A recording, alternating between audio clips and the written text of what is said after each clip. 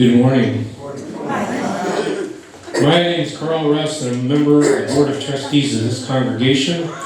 Welcome to you all. The Unitarian Universalist Fellowship of Elkhart is a welcoming community, encouraging religious freedom, nurturing individual spiritual and ethical growth, celebrating diversity, and promoting a just and sustainable world. If you'd like to learn more about this fellowship, please look at our website at uufe.org. And join us after the service for coffee hour. For listening gentlemen of all, we ask you at this time to please silence or turn off your cell phones. Also, if you need hearing support, check with Randy over there at the sound desk. We've been kind of established a little custom here after a board meeting. As board president, I come and give you a little report. Of course, the minutes are available on the website and in other places, so if you want all the boring little details, you can look at that, but I just kind of give you the highlights. So we did Pam presented a new rental policy with new rates. We did approve that, and that's going to be available soon on the website. We did discuss, as I mentioned maybe last time I was up here, we've been talking about First Congregational Church, the UCC Church, possibly renting facility. Still discussing. We don't have a consensus on the board yet of what's the right way to go forward. And we're still kind of talking to them and talking to each other.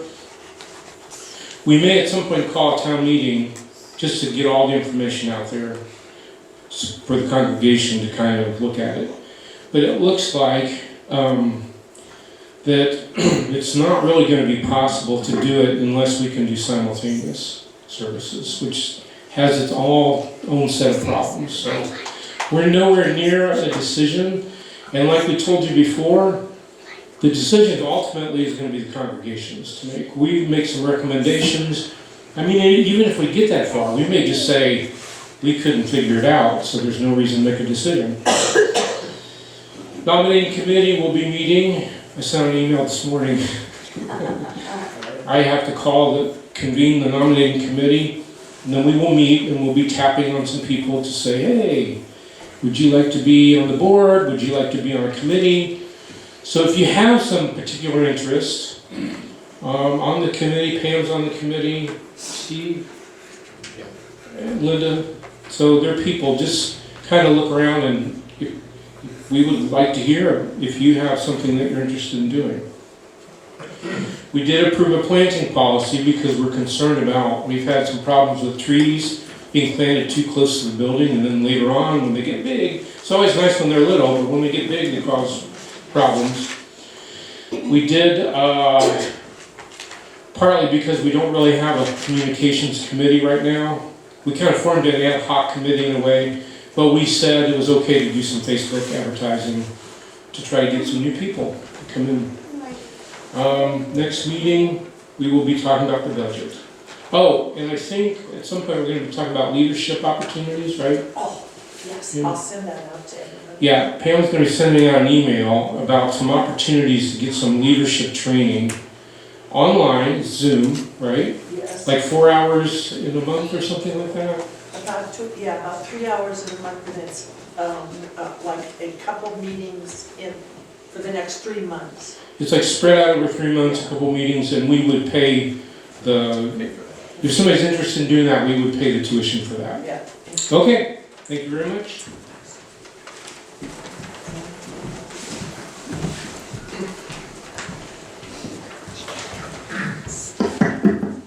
Good morning, everybody. I'm Judy Darnell, and I have your announcements, but I didn't bring my little yellow folder with my official announcements in there, so I'm winging it.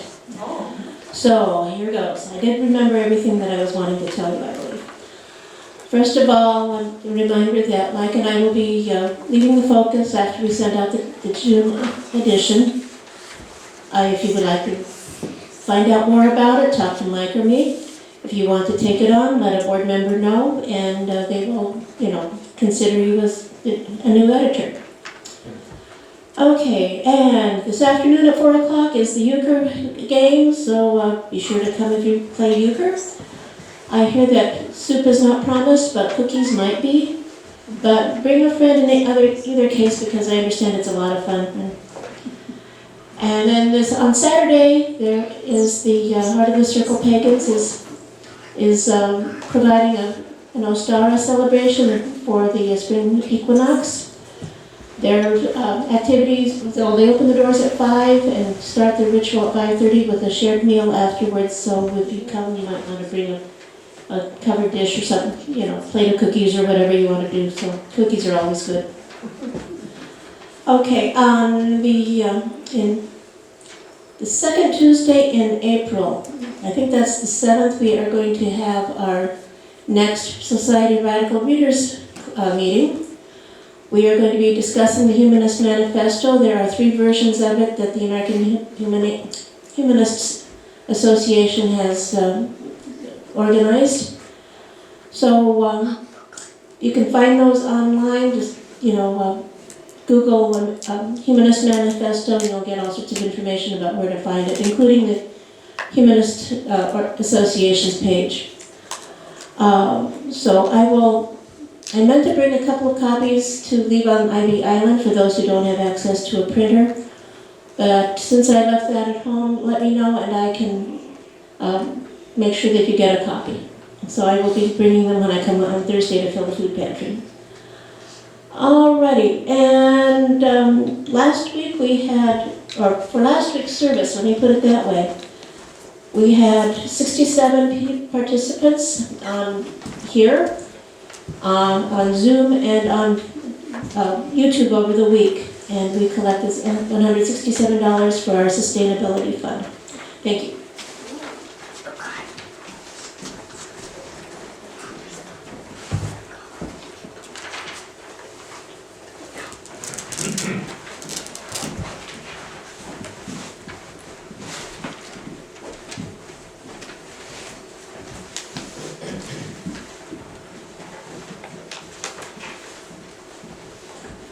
We ring the gong 3 times.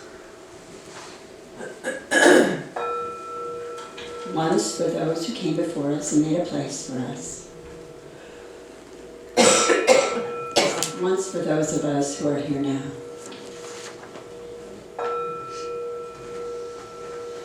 And once for those who will come after us and build on the dream. The chalice lighting today is by Phil Johns. Najishimana.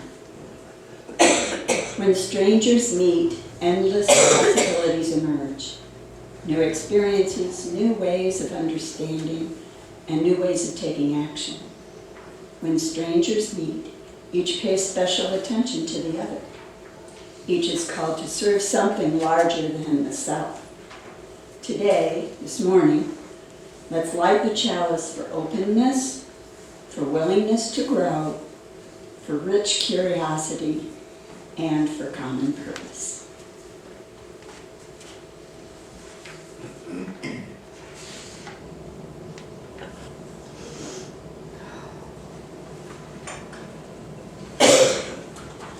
Now please join me in saying our unison covenant. Love is the spirit of this church, and service is our law, to dwell together in peace, to seek the truth in love, and to help one another. This is our covenant.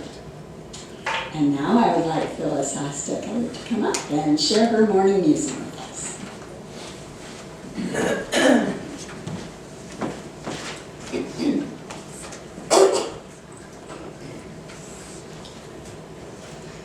Good morning. Good morning. My topic today is fish. Now that's not a real, what? I was just going to turn this. Okay. That's not a real spiritual topic, except if you think of the fishers of men, of feeding the 5,000 with the fish, and the feeding the fish to, instead of, well, the other fish thing about giving a person a fish and keeping the fish. But I am a book lover and I'm a food lover, so I use this book a lot, this reading book. And the other day I was looking for a fish recipe in it. There are only 3. One is Pam's, which I haven't tried yet. It's your oven roasted cioppino. Oh, yeah. And then one is by Katrina, her salmon Alfredo tortilla, and that's good. I have tried. That's an easy one. It is. That's Pam's is more complicated, so I haven't gotten to that yet. expensive. Anyway, there's a long history of fishing. I'm going to read this one little excerpt. Some of the first chipped stone tools that marked the beginning of human culture were used to spear fish. By the Iron Age, there were people were using nets and hooks and catching fish and line fishing from their boats. And they were catching pike, bream, perch, dogfish, cod, flounder, eel, haddock, mackerel, and others. And the fishing industry itself began in the Middle Ages with the advent of commercial herring fish. Okay. I'm going to, I was going to tell you also, I didn't grow up eating much fish. People in the Midwest didn't grow up eating much fish. We had canned tuna salad, we had canned salmon, we had canned sardines. And then when I was about 11 years old, we had fish sticks. I ate so many of them one time that I got sick on and couldn't eat fish for a while. But now fish is good for us, and so they say we should be eating 3 servings of fish a week. So what I did was go through and I do eat fish now, and I love fish. So what I did was go through my recipes, and I printed out 10 recipes for you. 10 recipes of fish, and I have them out on the little alcove board there beside the cookbooks. So pick one up and use, in this Lenten season, eat lots of fish. And they're just a variety of recipes. I love fish stews, and I cook a lot of fish stews. There are 2 or 3 recipes. Some are simple, some are a little more complicated, but enjoy. Yeah, and people can buy the cookbooks. Yes, there's cookbooks out, there are cookbooks out there for sale too, yeah. I've tried a lot of other recipes in here, there are a lot of good recipes. Yes.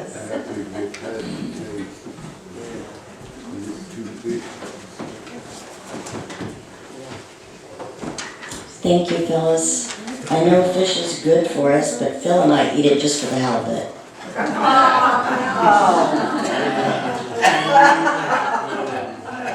Couldn't resist, so sorry. Not really sorry though. While COVID significantly interrupted, imbalanced, reduced and rearranged our lives and our fellowship, it did not destroy our beloved community, not by far. As COVID began to release us, we were faced with the unexpected challenge of being a lay-led congregation. As we celebrate 1 year of meeting once again in person, we recognize not just the difficulties, but also many of the opportunities that such major change affords. Much like 2 strangers meeting each other, as Joan was reading about. We could be reaching a place even better and more alive than we might have without these major events. We are calling this process renewal. What is renewal? A rebirth. A new beginning, new opportunities, new and/or altered identity. Not a start, but a restart with changes. What does it consist of? Revisiting, review, repair, recreation, resuming in some fashion, restoration, rejuvenation, reaching for new goals. And when is renewal needed? After loss, after damage, when there is a shift in ourselves or in our environment, when our needs or dreams or abilities change, when some pieces just don't fit anymore. After we have learned that something is different than we thought it was or would be. And what does it take to make it happen? Acceptance, hope, optimism, courage, hard work, time, search, both within and without, willingness to be vulnerable, ability to look at what we have known, what we have done, and where we have been with new eyes. It takes commitment, and love always helps. And now we will sing together, Love Will Guide Us.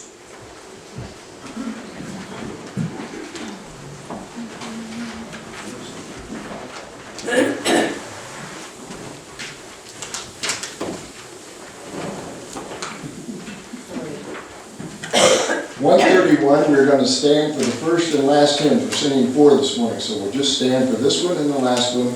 But if you can stand, if you're willing and able, let's sing 131, Love Will Guide Us.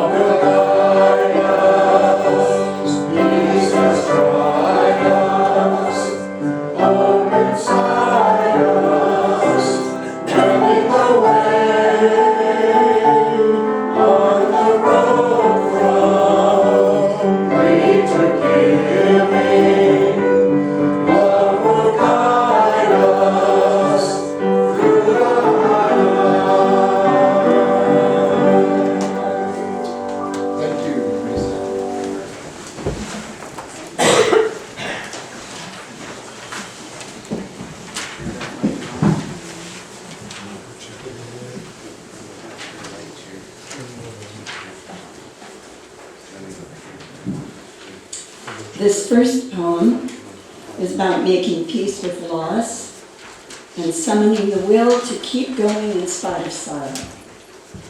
The Layers by Stanley Kunitz. I have walked through many lives, some of them my own, and I am not who I was, though some principle of being abides from which I struggle not to stray. When I look behind, as I am compelled to do, before I can gather strength to proceed on my journey, I see the milestones dwindling toward the horizons, and the slow fires trailing from the abandoned campsites over which scavenger angels wheel on heavy wings. Oh, I have made myself a tribe out of my true affections, and my tribe is scattered. How should the heart be reconciled to its feast of losses?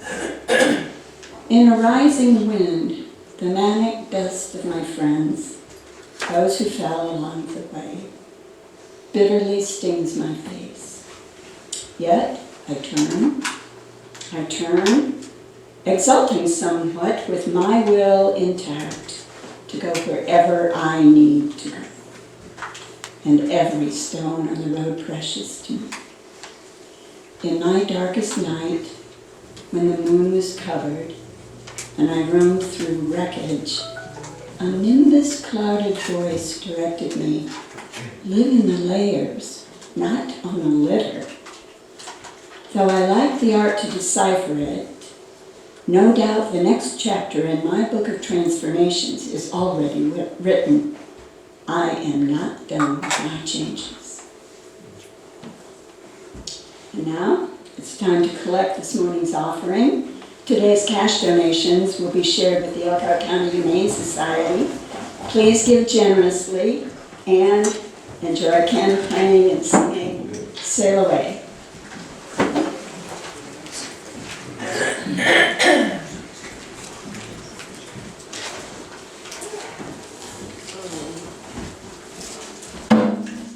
Bang.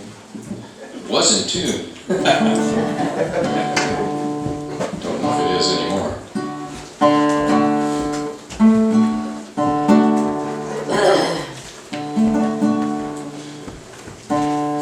There's a road stretched out between us,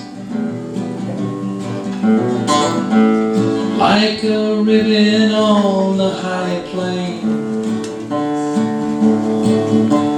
Down from Phoenix to Salinas, round the bend and back again. As long as we can sail away, as long as we can sail away, there'll be wind in the canyon, a moon on the rise, as long as we can sail away. I could live inside a teepee, I could die in penthouse 35. You could lose me on the freeway, but I would still make it back alive, as long as we can sail away, as long as we can sail away. There'll be wind in the canyon, a moon on the rise, as long as we can sail away. See the losers in the best bars, meet the winners in the dives, where the people are the real stars, all the rest of their lives. As long as we can sail away, as long as we can sail away, there'll be wind in the canyon, a moon on the rise, as long as we can sail away, as long as we can sail away.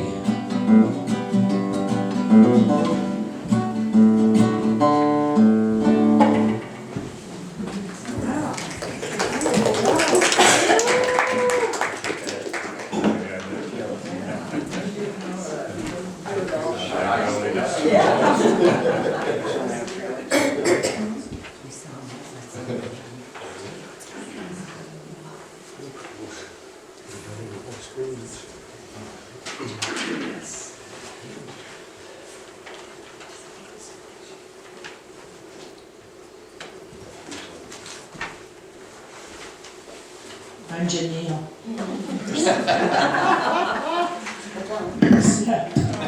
If I get on that stool, it won't work very well. The lessons that Wendell Berry and his work have to offer are not only for those interested in cultivating the land, but also for those to cultivate their communities and live mindfully. These lessons are pertinent to all who are willing to make an effort to live the examined life. Such formative work is not dramatic or quick, but as expressed in this poem, it can foster the deep and lasting transformation necessary to develop a more sustainable culture and economy. And this is a great title, The Poem. A poem, excuse me, not the poem, it's a poem by Wendell Berry. If we have the wisdom to survive, to stand like slow-growing trees on a ruined place, renewing, enriching it, if we'll make our seasons welcome here, asking not too much of earth or heaven, then a long time after we're dead, the lives of our lives prepare to live here. Their houses strongly placed upon the valley sides, fields and gardens rich in the windows. The river will run clear as we never know it. And, and over it, the birdsong, like a canopy, on the levels of the hills will be green meadows, stock bells at noon shade, on the steeps where greed and ignorance cut down old forests. An old forest will stand, its rich leaf fall drifting on its roots. The veins of forgotten springs will have opened. Families will be singing in the fields. In their voices, they will hear a music risen out of the ground. They will take nothing out of the ground they will not return. Whatever the grief at parting, memory, native to this valley, will spread over the grove, and memory will grow into legend. Legend will grow into song, and song into sacrament. The abundance of this place, the songs of its people and its birds, will be health and wisdom and indwelling light. This is no paradismal dream. Its hardship is its possibility. And now we will certainly enjoy music, special music by Marva.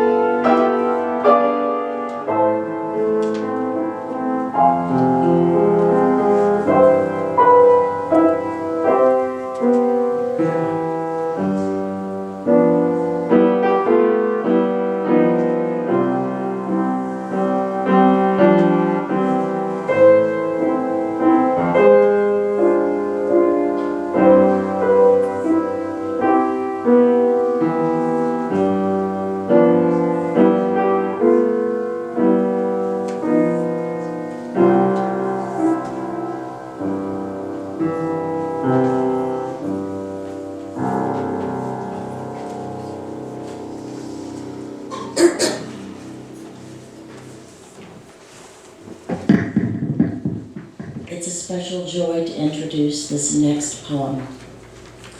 Eric Settles, whom many of you have met, has been among us for several months now.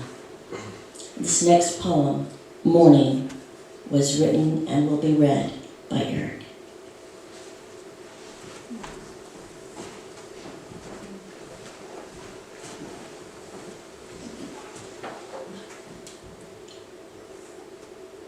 Morning radiance fills the chasms.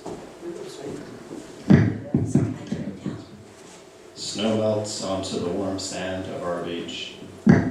Seagulls, those small dragons of the shore, breathing the fires of summer. watch me with trepidation. My sandwich, too much temptation. They grab it and abscond, just to drop it in the parking lot. Journal entries, photographs, capsules of the past. Open them, let them fly. Regrets be gone, I need them no more. As I sit upon my newfound shore, in the warm firelight of our being.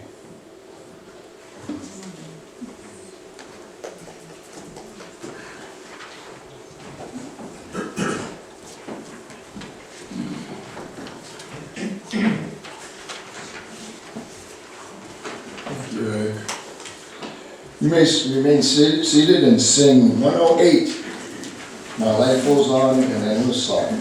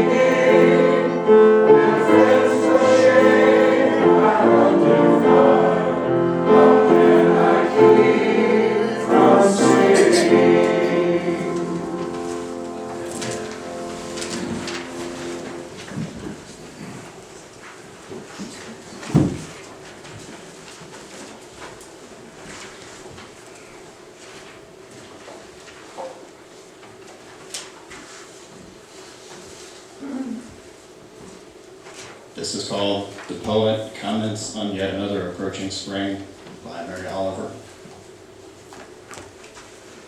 Don't flowers put on their prettiness each spring and go to it with everything they've got? Who would criticize the bed of yellow tulips or the blue hyacinths? So put a bracelet on your ankle with a bell on it and make a little music for the earth beneath your foot.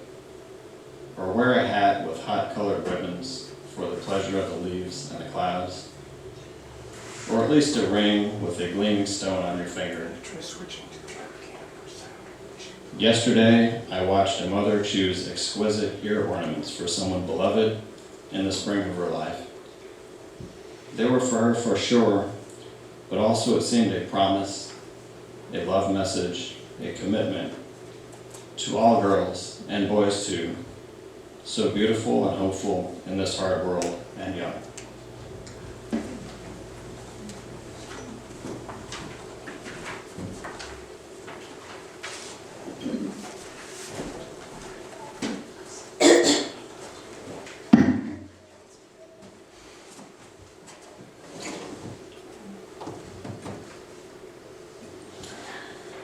I want to say that choosing this poem was inspired by knowing that Marva would be playing with us today.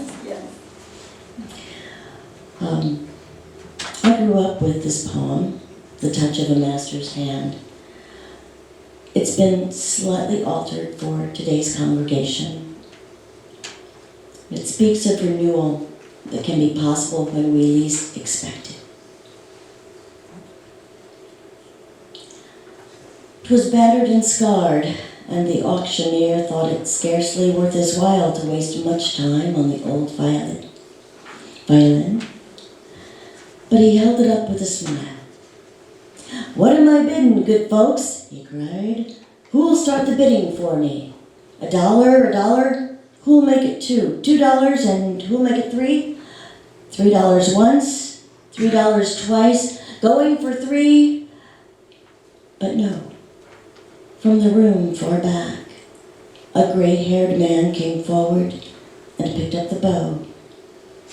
Then wiping the dust from the old violin and tightening the loose strings, he played a melody pure and sweet as caroling angels sing. The music ceased, and the auctioneer, with a voice that was quiet and low, said, "What am I bid for the old violin?" And he held it up with the bow. $1,000, and who'll make it $2? $2,000, and who'll make it $3? $3,000 once, $3,000 twice, and going and gone, said he. The people cheered, but some of them cried, "We do not quite understand what changed its worth." Swift came the reply, the touch of a master's hand. And many a one, with life out of tune and battered and scarred within, is auctioned cheap to a thoughtless crowd, much like the old violin.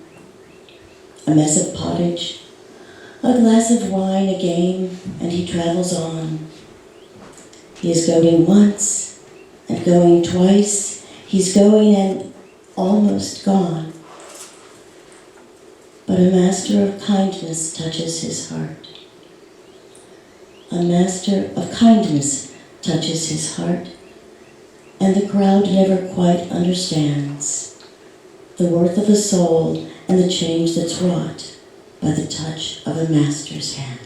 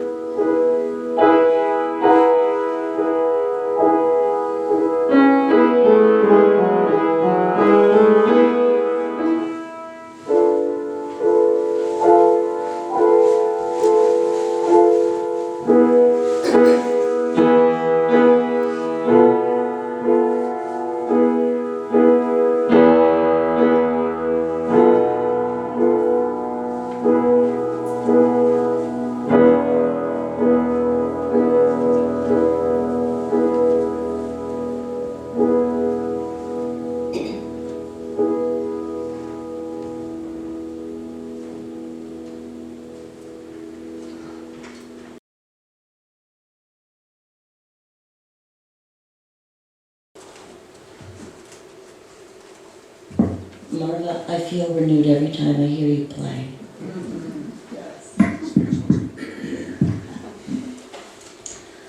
David White is one of the most esteemed English-speaking poets of the 21st century. His poem, The Journey, is from his book, The House of Belonging. It speaks of someone's personal renewal as they learn to trust and value themselves, leaving behind the voices of others and forging their own path. We are privileged to be able to share the journey in David White's own voice.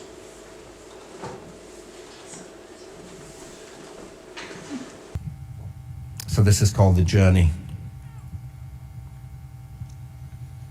Above the mountains, the geese turn into the light again. Above the mountains, the geese turn into the light again, painting their black silhouettes on an open sky. Above the mountains, the geese turn into the light again, painting their black silhouettes on an open sky.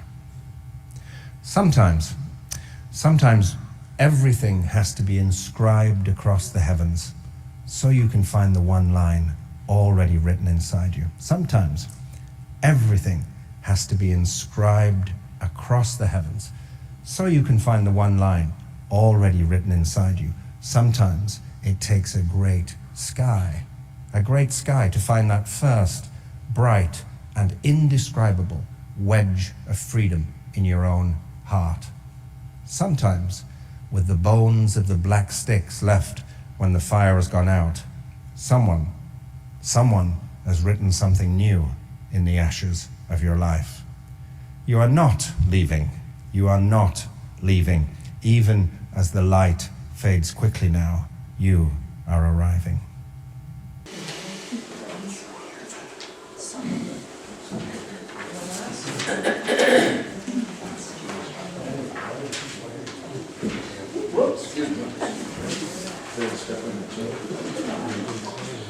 Let's stand or remain seated for 128, for all that is our life.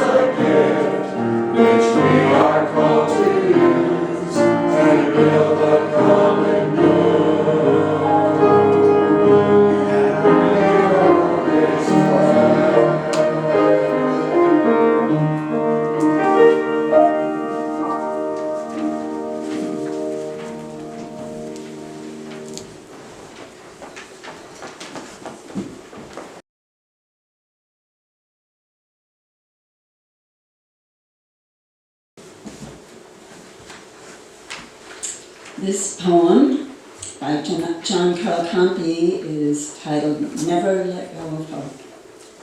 One day you will see that it all has finally come together.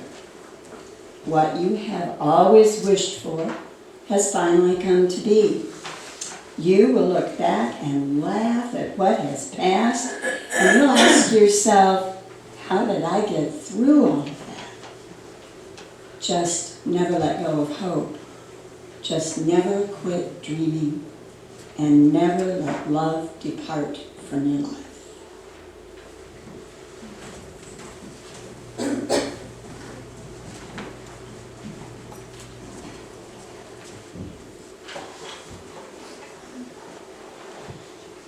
Our final poem is by the Sufi mystic Rumi. He's a Persian poet who lived in the 13th century in the country that is now known as Turkey. Try not to resist the changes that come your way. Instead, let life live through you. And do not worry that your life is turning upside down. How do you know that the side you are used to is better than the one to come?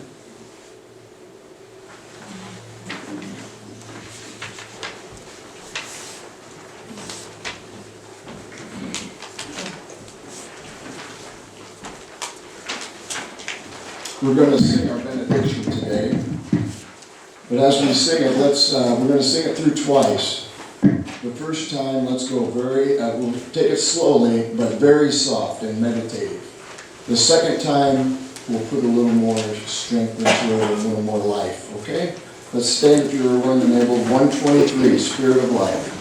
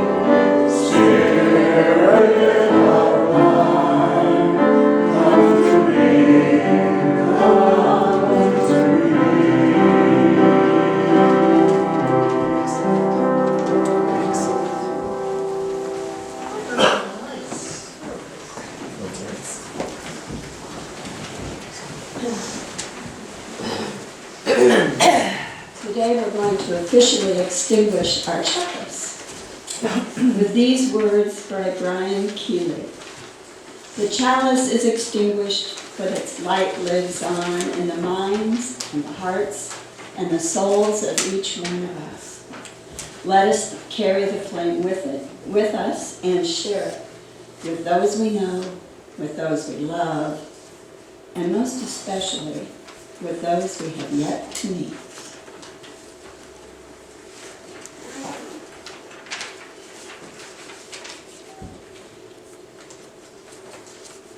And now we have another special treat with our post from Marva. Thank you.